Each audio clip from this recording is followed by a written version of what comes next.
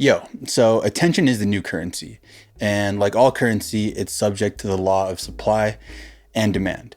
We are now being simultaneously asked to give more of our attention away while we compete harder to grasp the attention of others. If you are a creator who is absolutely dizzy from the whirlwind of content today and are okay being distracted forever, then go ahead and skip this video. Okay, so the key to focus is actually just one sentence, but it's not going to make sense without these two things. One, I'm going to give you a little bit of context on who I am, and two, the primary reason why this gets overlooked. So I'm 31, I'm an artist at my core, but I've had a bunch of different odd jobs over the years and been freelancing graphic design, as well as had more than a few failed startup ideas. And the reason why that matters to you is just to show that I've dealt with distraction for my entire life, and I'm speaking from personal experience. You know, I've tried everything from meditation to medication, and they're all great and have their place, but they didn't address the core issue, which brings me to the second point of why this always gets overlooked. Okay, so the reason this gets overlooked is because people are treating the symptoms rather than the source. You can imagine an iceberg where the tip is visible, but the part that's submerged, you can't see it. Now, the top part is stuff like distractibility, lack of focus, poor executive function, where the part that's really underneath all of it is the emotional drivers.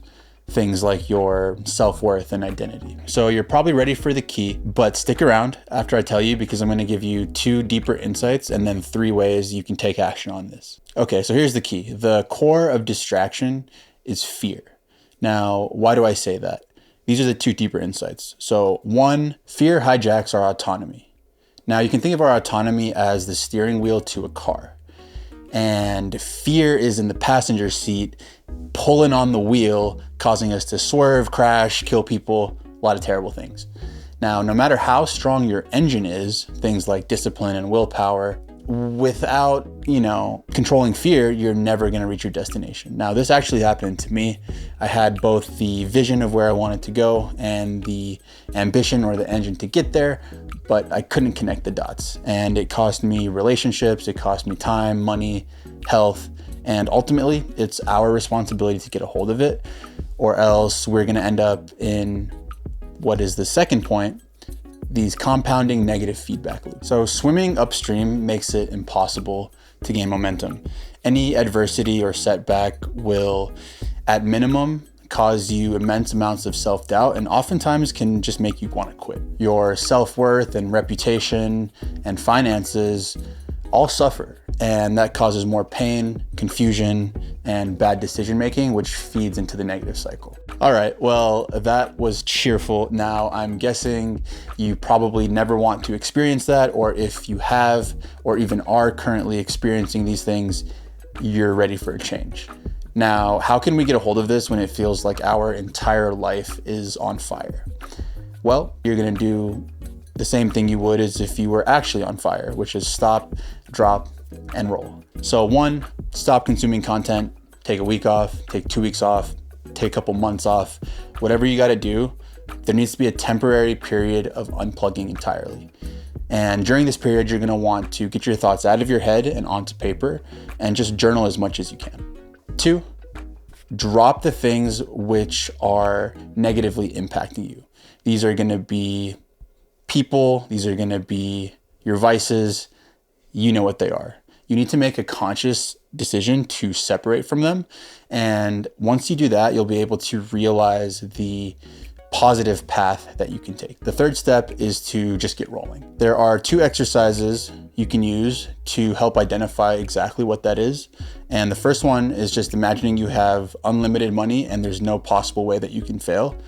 What are you doing? How are you spending your time? And the second exercise is actually just the inverse of that. You're never gonna make any money and you're guaranteed to fail. What are you doing now? And if those 2 things are the same, then you have a really powerful path and direction forward. So take baby steps with this. You want to imagine yourself on a really long time horizon. I would suggest 3 to 5 years at minimum. And if you have something that you know you want to do for the rest of your life, that is even better. It's important to also detach from the expectation of others, and the expectation of social media algorithms. You're probably not going to see massive numbers or gain a ton of traction in the first few months to years, and that's okay. The goal here is to really just feel and embody what it is to be moving on the path that's most aligned for you. All right, so quick recap. We covered how attention is the new currency and why it's subject to the law of supply and demand. I gave you a little bit about my backstory, and then from there we moved into the main reason why this key gets overlooked, which is that people are often treating the symptoms rather than the source of the problem. That brought us directly to the key, which is that the core of distraction is rooted in fear.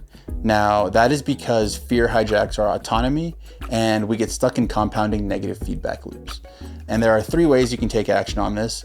1, stop consuming content. 2, drop the bullshit. And 3, get rolling. Now, that is all good, but unfortunately, it's totally useless unless you subscribe, because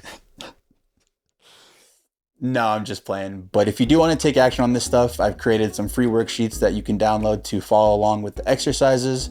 And other than that, I genuinely hope this video was helpful. It is the first step for me on a new path in life. And if you have any questions, feel free to let me know. Thanks a bunch for hanging out, and peace.